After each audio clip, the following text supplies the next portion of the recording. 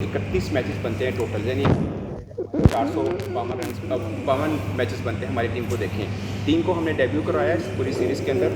4 ऐसे खिलाड़ी हैं जिन्होंने 5 मैचेस खेले थे, तो 7 खिलाड़ी बन जाते हैं एक्चुअली में जिनको आपने चांसेस दिए। तो आप जो एम लेके आए थे, आप कॉन्फिडेंट हैं अभी भी कि जो जहन में था वो आपने सही किया, भले हम सीरीज़ हार गए हैं? और कोई एक चीज़ जो पॉजिटिव आपको मिली हो, यानी कोई खिलाड़ी ऐसा आपको लग रहा हो कि ये हमें इस टूर से मिला है? देखिए, मैं ओवरऑल बात करूंगा 5 मैचों की। हमारा तो यही है था कि हम वर्ल्ड कप के लिए अपनी टीम को कैसे बिल्डअप करें, क्या ऐसी चेंजेस लेके आए जिससे टीम का फ़ायदा हो। आपको एकदम स्ट्रेट अवे रिज़ल्ट किसी चीज़ के नहीं मिलते। आपको ऑफ कोर्स चीज़ें बर्दाश्त भी करनी होती है। आपको अगर आप किसी यंगस्टर को मौका देते हैं तो उसके लिए थोड़ा सा आसान नहीं होगा पहली ऐसी कंडीशन पे आके ऐसे बॉलर्स को फेस करना। तो ये देखिए, हम वर्ल्ड कप की तैयारी में थे, हम यही कोशिश कर रहे थे कि यार क्या हम बेहतर कर सकते हैं टीम के लिए, कि जब हम इंग्लैंड जाएंगे हमारे लिए सारी चीज़ें प्रॉपर हो कि यार ये स्लॉट किसके लिए है। तो हमने सिर्फ वो ट्राई किया है। आज भी आप देखिए, अगर हमने हसीबुल्लाह को मौका दिया है तो हमारा यही था कि यार इस बच्चे को मौका मिले, इसको भी वो कॉन्फिडेंट मिले कि यार आगे जाके अगर वो पाकिस्तान में होम सीरीज़ है हमारी, उसमें परफॉर्म करे, फिर हम वर्ल्ड कप की तैयारी करेंगे तो हमारे लिए एक पूरा सा सिनेरियो बन जाएगा कि यार कौन किस नंबर पे स्टेबल है। कल कोई ऐसा ना हो कि कोई इंजर्ड हो गया, किसी की परफॉर्मेंस डाउन है, तो हम पहले से क्लियर होना चाहते हैं कि यार हमारी टीम कहाँ पे स्टैंड कर रही है। कौन है कोई इस टूर का आपको लगता है कोई नया खिलाड़ी जो आपको लगाओ कि कुछ ना कुछ तो मिला है हमें? देखिए, अब्बास अफरीदी का मैं कहूँगा, बहुत अच्छा फील्डर भी है, बहुत अच्छा बैट्समैन, और बॉलिंग तो उसकी है ही अच्छी। वो उसकी वजह से आई थिंक बॉलिंग यूनिट में और स्टेबिलिटी आ सकती है। और वो एक ऐसा बच्चा है कि वो हमेशा कोशिश करता है कि मुझे गेम मिले और मैं अपना बेस्ट दूँ। तो आज भी अगर वो बैटिंग में गया, आप देख सकते हैं उसने कैसे हिट किए।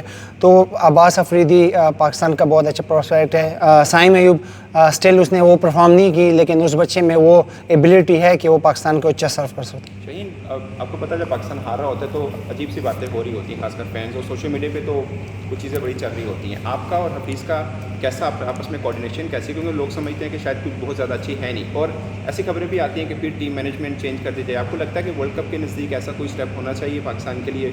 नुकसान होगा ये? देखिए, ऐसे कोई चीज़ नहीं है। हम सारे पाकिस्तान के लिए ही सोचते हैं कि हम क्या बेहतर कर सकते हैं। इधर कोई ऐसा प्लेयर नहीं है या कोई ऐसा मैनेजमेंट का बंदा नहीं है कि जिसके दिल में हो कि यार पाकिस्तान हार जाए, उसको नुकसान हो जाए। सब इधर हम जीत के लिए आए हैं। उसमें कभी कभी आपको, जैसे मैंने कहा, आपको एकदम कोई जीत नहीं मिल सकती है, एकदम आपको कुछ नहीं मिलता। कुछ पाने के लिए कुछ चीज़ें खोनी होती है। और आई थिंक हम एज अ यूनिट हमने कोशिश की है कि किसको क्या बेहतर मौका दे सकते हैं। सबसे इंडिविजुअली ग्रुप में सबसे क्लैरिटी के साथ बात हुई है कि यार क्या आपके लिए बेहतर है, उनसे मशवरा लिया है। सबका मशवरे की वजह से ही हमारे जो प्लेइंग 11 है हर गेम में वैसे ही खिलाया। अगर आप उसमें ग्राउंड में भी देखें, हमारे मशवरे के साथ ही चीज़ें हुई है। ऐसे नहीं कि एक शाहीन अफरीदी का मशवरा था उसने सब कुछ किया, नहीं, या एक रिजवान का था, नहीं। हम सब ने एज अ टीम, हमारी कोशिश ये थी कि हम एज अ टीम लेके चले सारी चीज़ें।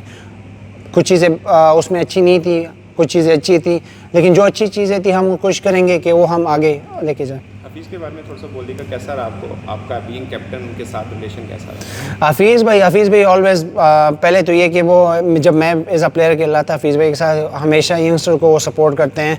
और हफीज़ भाई ने हमेशा ही इस टीम को अपनी तरफ से बेस्ट देने की कोशिश की। अगर प्रैक्टिस किसी को एक्स्ट्रा चाहिए, अगर कोई भी किसी से परफॉर्मेंस नहीं है, ऑलवेज़ हफीज़ भाई उसके कंधे पे हाथ रख के उसको बैक कर रहे हैं। तो आई थिंक आपको ऐसे बंदे चाहिए टीम में कि वो हमेशा आपको बैक करें, क्योंकि जीत में तो सारे कहते हैं जीत गए, लेकिन जब हार जाए तो उस टाइम आपको अगर बैक करने वाला हो तो फिर ही आप स्ट्रॉन्ग बनते हैं।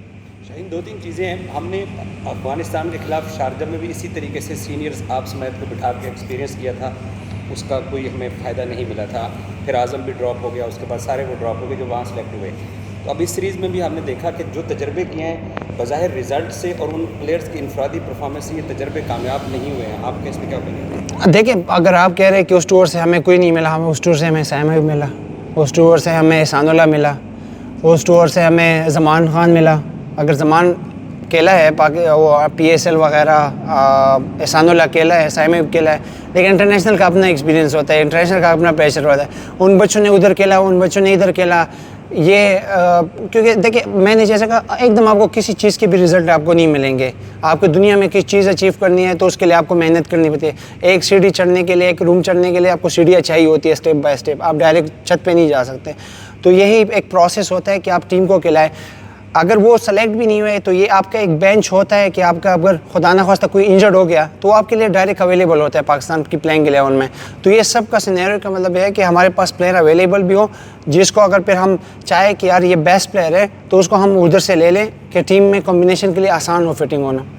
और पाकिस्तान की बॉलिंग का कैसा एक्सपीरियंस रहा है ओवरऑल वर्ल्ड कप से अब तक, ऑस्ट्रेलिया सीरीज़ और यहाँ तक लग रहा है कि हमारी बॉलिंग सफ़र कर रही है, आप एग्री करेंगे इससे? देखिए स्ट्रगलिंग तो हमने किया है, ये तो मैं कहूँगा कि हमने स्ट्रगलिंग किया। ऐसे नहीं है कि यार डायरेक्ट या कोई ऐसा प्लेयर कि उसने अच्छा किया है, कुछ ने अच्छे किए कुछ ने बुरा किया, लेकिन ये हर प्लेयर पे आता है ये टाइम। लेकिन एज ए यूनिट हम अच्छी चीज़ें अगर हम मेंशन करेंगे तो उसमें हमारे लिए फ़ायदा है। कुछ मैचों में हारिस अच्छा नहीं आया, कुछ मैचों में मैं अच्छा नहीं आया, कुछ मैच में अब्बास अच्छा नहीं आ रहा, लेकिन ये अगर आप ऐसे कॉम्बिनेशन को देखेंगे नहीं स्टेप बाय स्टेप तो आप सक्सेस नहीं आ सकते। जितने भी कैप्टन पाकिस्तान के लिए आते हैं वो कहते हैं ये कप्तानी फूलों की सेज नहीं है, हमारी तनकीद भी होती है, फैंस की भी होती है, तो कैसा एक्सपीरियंस रहा है आपका? देखिए अब मैं इतना ही कह सकता हूँ कि एज अ प्लेयर भी मैं कोशिश करता हूँ कि पाकिस्तान के लिए क्या बेस्ट कर सकता हूँ। मैं अगर कोई मुझे एज अ प्लेयर मशवरा मांगते हैं मैं उस तरह भी देता हूँ। यहाँ पे भी मैं कोशिश करता हूँ कि प्लेयर्स के साथ दोस्त की तरह रहूँ। जब आप कैप्टन नहीं होते तो आप अपनी चीज़ में इन्वॉल्व होते हैं, लेकिन इसमें ये होता है कि आप सारे प्लेयर्स को एक रखते हैं। तो मेरी कोशिश होती है कि किसी के साथ अच्छी बात करूँ, उसकी परफॉर्मेंस में अगर अच्छा हो सकता है तो वो करूँ। मेरा ये है कि ये एक फैमिली है, अगर जब तक इस फैमिली में हैं तो सबको एक यूनिटी की तरह रखें। आखिरी सवाल है, हारिस रऊफ के ऊपर बहुत तनकीद होती है पाकिस्तान के T20 में, वो आपसे भी सीनियर बॉलर हैं, सबसे ज़्यादा मैचेस T20 में खेले हैं, मगर लोग कहते हैं कि शहीन उनको नया बॉल क्यों दे देते हैं? तो आप उनको तैयार रहना पड़ेगा कि कभी भी सिचुएशन आ सकती है, नया पुराना कोई भी बॉल करना पड़ेगा। ये बात परसों मैंने भी उसमें की थी। देखिए आपको